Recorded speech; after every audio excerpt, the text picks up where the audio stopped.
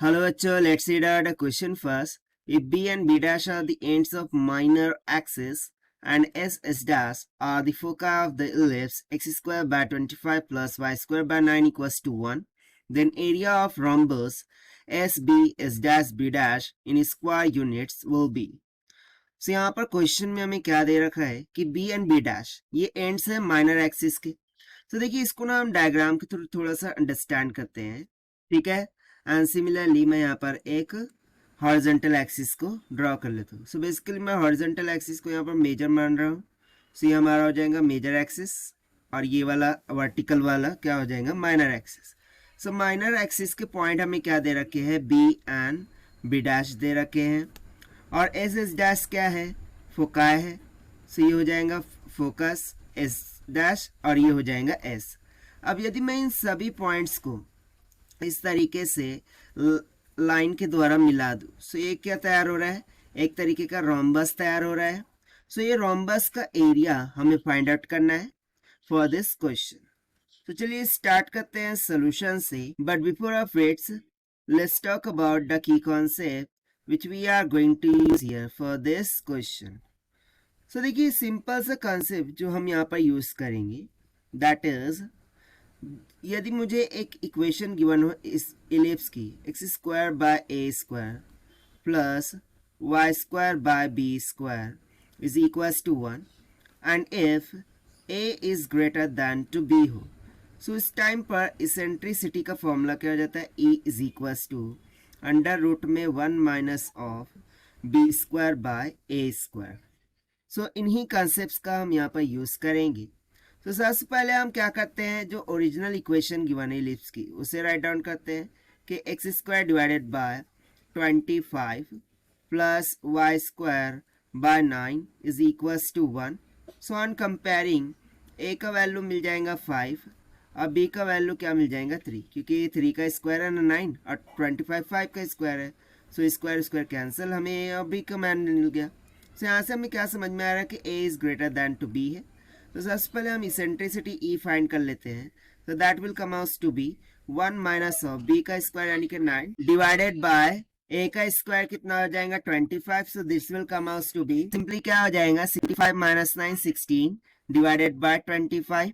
सो under root के बाहर निकल के क्या हो जाएगा 4/5 के इक्वल. सो ये तो आया हमारे पास इसेंट्रिसिटी. सो इसे फाइंड करने का हमारा उद्देश्य क्या था, क्योंकि देखिए बेसिकली इसका फाइंड करने का उद्देश्य ये था कि हम फोकस को फाइंड आउट कर सके. क्योंकि देखिए फोकस का फॉर्मूला क्या होता है, this is nothing but is equals two plus minus of A E comma 0. अब देखिए हमें ए तो मिल चुका था कितना 5 मल्टीप्लाई बाय ए भी मिल चुका है 4/5 कॉमा 0. सो यहाँ से हम सिंपली 5 5 कैंसिल करके जो फोकस है उसे कैलकुलेट कर सकते हैं, that is plus minus of 4 comma 0 के इक्वल आ जाएगा. यानी कि ये जो एस एंड एस डैश है उसके कोऑर्डिनेट हमें मिल गए. ये हो गया -4 कॉमा 0 और ये सेकंड वाला हो गया 4 कॉमा 0. बी क्या हो गया 0 कॉमा 3 और बी डैश क्या हो गया 0 कॉमा माइनस ऑफ 3. ठीक है ना. सो यदि मुझे कोऑर्डिनेट मिल गए हैं तो सिंपली मैं by using the distance formula और you can say by using the simple concept of, that is, यहाँ से हम क्या बोलेंगे, area of rhombus, area of rhombus that will be equals to. so देखिए बेसिकली यहाँ पर 4 ट्रायंगल्स बन रहे हैं, वो भी राइट एंगल, क्योंकि यहाँ पर ये जो एंगल यदि मैं देखूँ मेजर एक्सिस और माइनर एक्सिस के बिटवीन में, सो वो कैसा है 90 डिग्री है. यानी कि मुझे यहाँ पर सिंपली राइट एंगल ट्रायंगल मिल रहा है. अब यदि मैं एक राइट एंगल ट्रायंगल का यहाँ पर एरिया फाइंड आउट कर लूँ और उसको मल्टीप्लाई कर दूँ 4 से, सो मुझे इस कंप्लीट रोम्बस का एरिया मिल जाएगा. सो सिंपली हम बोल देंगे 4 times of the area of triangle, area of triangle O S B के equal. So this will be equals to 4 times of, now area of triangle OSB वो क्या होगा 1/2 into B into AE के equal हो जाएगा. So that will be equals to 4 into 1/2 into b का value कितना है 3 मल्टीप्लाई बाय और ए ई हमारा कितना निकल के आया था 4 के इक्वल। So यहाँ से 2 2 is 4, 3 2 is 6, 6 4 is 24. So simply it will comes out to be equals to 24 square units.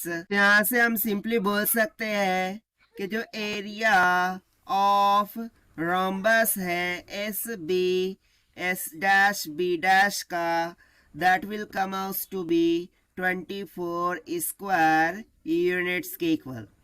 और यही हो जाएगा हमारा आंसर फॉर दिस क्वेश्चन जो कि हमसे पूछा गया था। And this we have found by using the conceptual formula of eccentricity and focus से। So this is the required solution. I hope you understood well. Best of luck. Thank you.